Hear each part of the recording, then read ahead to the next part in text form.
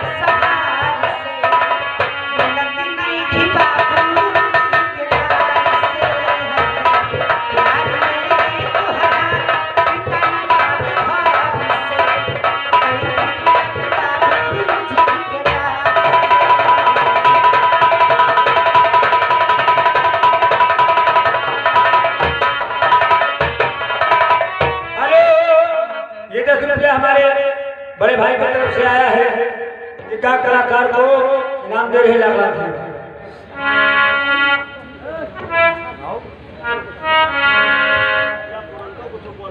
अगर गम मोहब्बत पर हावी ना होता, अगर गम मोहब्बत पर हावी ना होता तब खुदा की कसम मैं शराबी ना होता।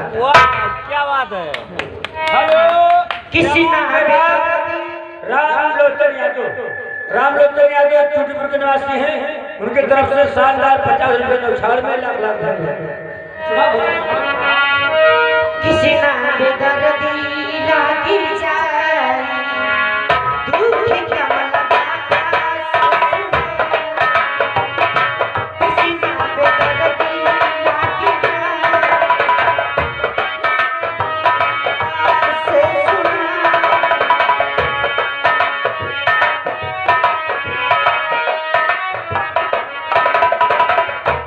तेरे जाने के बाद इस दिल में न कोई अरमान जगा है, तेरे जाने के बाद न इस दिल में कोई अरमान जगा है।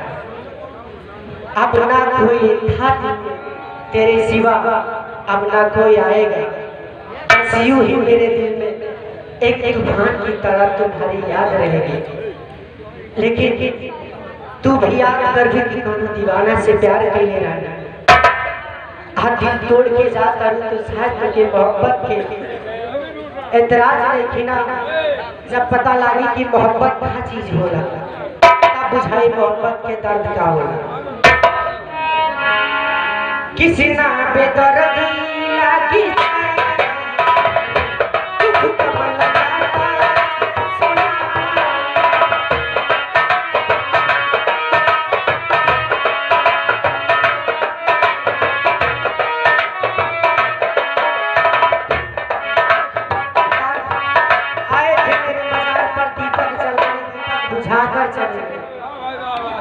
आए थे मेरे मजार पर दीपक जलाने, दीपक बुझाकर चले। इतने बेदर्द सनम निकले कि दीपक का तेल भी सर पर दिवाकर चले। तू जगह ही करे जा मर जाए जहार से, लग नहीं खिबा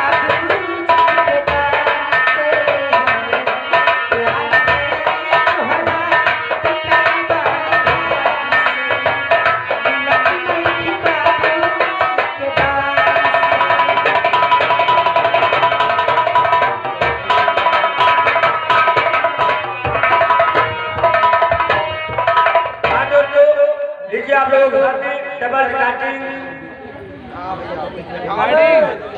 हाँ डबल रिकॉर्डिंग गाने का